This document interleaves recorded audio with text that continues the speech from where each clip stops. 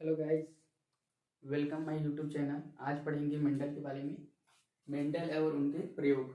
Mendel कहाँ प्रयोग किए थे? मटर मटर के पौधे में, जिसका वानस्पतिक नाम है, बॉटनिकल नेम पाइजम सटाइवम। ठीक है। मेंडल का पूरा नाम है ग्रेगर जॉन मेंडल।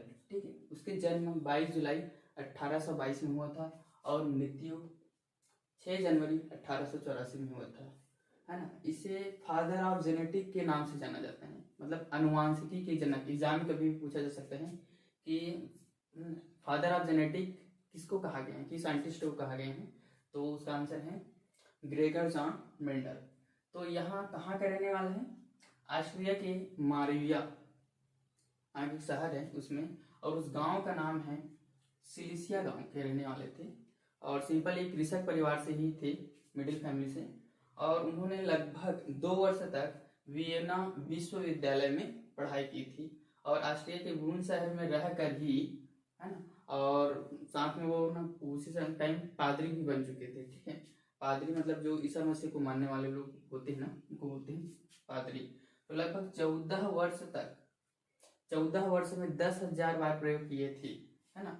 और प्रयोग करने के बाद 1865 में नेचुरल हिस्ट्री सोसाइटी, मतलब एक संस्था था जहां अपने बुक को मतलब प्रकाशित करना होता है ना, जाके उसको बताना होता है कि मैंने इस चीज पर खोज किया है ऐसे करके। तो एक्सपेरिमेंट ऑफ प्लांट हाइब्रिडाइजेशन, तो उनके बीच रखा, लेकिन जो मिलना चाहिए था मेंडल को, तो वो चीज नहीं मिल पाया। क्यों? क्योंकि उसी समय एक और साइंटिस्ट आए थे, डार्विन्स और वेलिस, जो कि विकास में पढ़ेंगे इसके बारे में पूरा, कि उन्होंने बताया था कि इंसानों की उत्पत्ति या जीव की उत्पत्ति, है ना, किससे हुई है। तो चौंकाने वाली बात हो गई थी, है ना। तो सभी की जो ध्यान है उसी ओर आकर्षित हो गए थे, किसकी ओर? डार्विन और वेलिस की ओर। ठीक है। जो कि 1836 में, है ना, उस 1836 के बाद 5 वर्षों तक बिगल यात्रा करके आए थे। तो बता दिए थे कि इंसानों की उत्पत्ति और जीव की उत्पत्ति कैसे हुई है, तो उसके बारे में बताया था। तो सभी का ध्यान उसी ओर आकर्षित था ना, इसलिए उसी मेंडल की ओर ध्यान नहीं दिए। ठीक है। तो मेंडल के उसके बाद, है ना, मेंडल जो है क्या 1884 में उसकी मृत्यु हो गई थी। तो मेंडल के कार्य को पुनः खोज हुई कब? 1900 ईस्वी सन में, जब सभी साइंटिस्ट लोग अपने अपने अलग अलग जगह रहकर, है ना, बहुत सारे प्लांट हैं, एनिमल हैं, उनके बारे में रिसर्च कर रहे थे। तो फिर उसका खोज को वापस पुनः पुनः खोज किए, उसके बुक को फिर पर देखे कि ये तो पहले से बता चुका था। कौन कौन इस साइंटिस्ट थे? पहला ह्यूगो डेविस, हॉलैंड के रहने वाले थे। कहाँ के? हॉलैंड के। कार्ल करेंस कहाँ के रहने वाले थे? जर्मनी के। और तेस्मार्क ऑस्ट्रिया के हैं। उसके बाद 1905 में बेटसन और पुनेट ने देखा कि लैंगिक रूप से जनन करने वाले जो पौधे और जंतु हैं, ये सबसे पहले किसने बता चुका था, ऐसे करके बोल रहे थे वो, ग्रेगर जॉन मेंडल ने सब चीज बता चुका था ऐसे। ठीक है। तो ये रहा मेंडल के जो जनरल इंट्रोडक्शन है।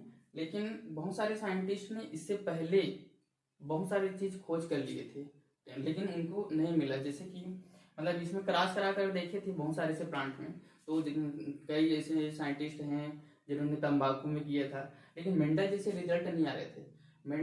मेंडल जो है बहुत, मतलब वो तकदीर वाले, किस्मत वाले ऐसे बोल सकते हैं, जिन्होंने मेंडल जो है मटर में प्रयोग किए थे। मेंडल जो है मटर में प्रयोग किए थे, है ना। तो मटर के पौधों में चयन के कारण क्या क्या हो सकते हैं? पहला, एक वर्षीय पौधे थे, मतलब जनरेशन, एक पीढ़ी से दूसरी पीढ़ी में, ऐसे बहुत सारे पीढ़ी तक उसको मतलब देखा जा सकते हैं। एक वर्षीय प्लांट है, छोटा 1 वर्ष में ही उसका जीवन चक्र पूरा हो जाता है ना, तो पीढ़ी दर पीढ़ी इसको देखे जा सकते हैं। दूसरा कारण है द्विलिंगी, बाइसेक्सुअल, मतलब एक ही पुष्प में मेल और फीमेल का दोनों, है ना, ऑर्गन का रहना, मतलब एंड्रोसियम और गायनेसियम। तो एंड्रोसियम का ऐसा चिन्ह होता है, गायनेसियम का ऐसे, इसको बोलते हैं मेल, इसको बोलते हैं फीमेल। तो दोनों एक ही पुष्प में दोनों मिल जाते हैं, उसको क्या बोलते हैं? द्विलिंगी। ठीक। उसी प्रकार होते हैं पर परागन। तो पर परागन हम मतलब मेंडल जो है मटर में करा सकते थे। पर परागन मतलब दूसरे प्लांट, मतलब एक और मटर का प्लांट है और दूसरे मटर का प्लांट है। ठीक है। तो दूसरे प्लांट में यहाँ से दूसरे प्लांट में हम करवा सकते हैं पर परागन।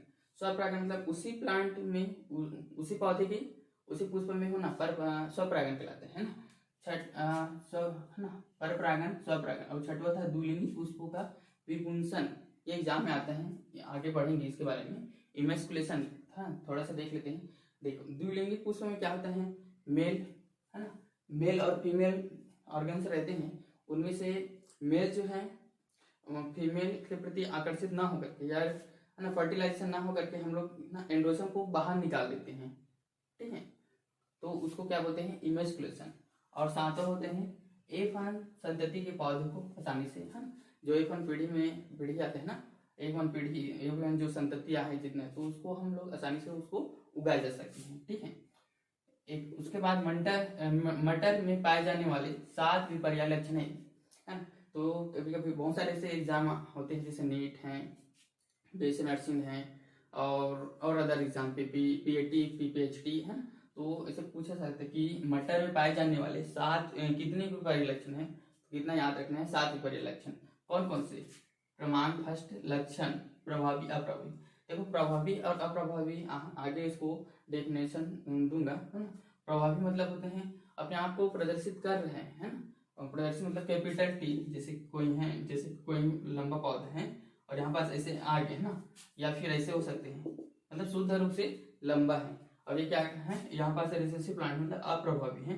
तो ये अपने आप को प्रदर्शित करके एक लंबा प्लांट का निर्माण के लिए, है ना, तो लंबा दिखा दिए। और माना अगर ऐसे होता तो अपने आप को प्रदर्शित नहीं, मतलब ये उभर के सामने आ गए तो स्मॉल टी, ठीक है, तो उसको बोलते हैं अप्रभावी, इसको बोलते हैं प्रभावी, ठीक है।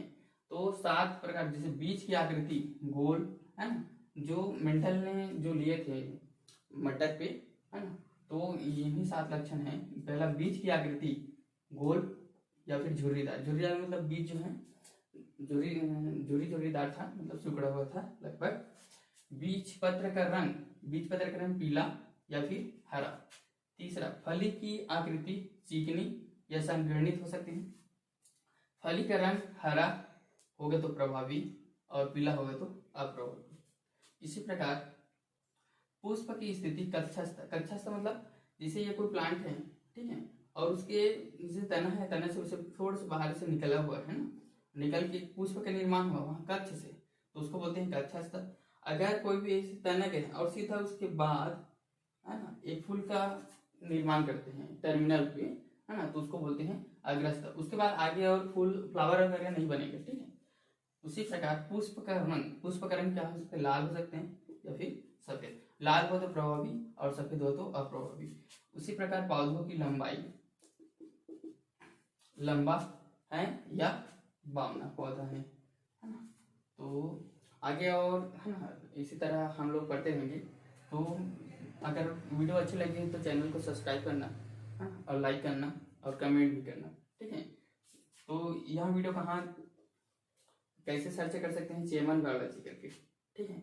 इसी तरह सभी वीडियो लगातार ऑनलाइन से आते जाएगा, इसीलिए चैनल को सब्सक्राइब करना, ठीक है। Okay, thank you.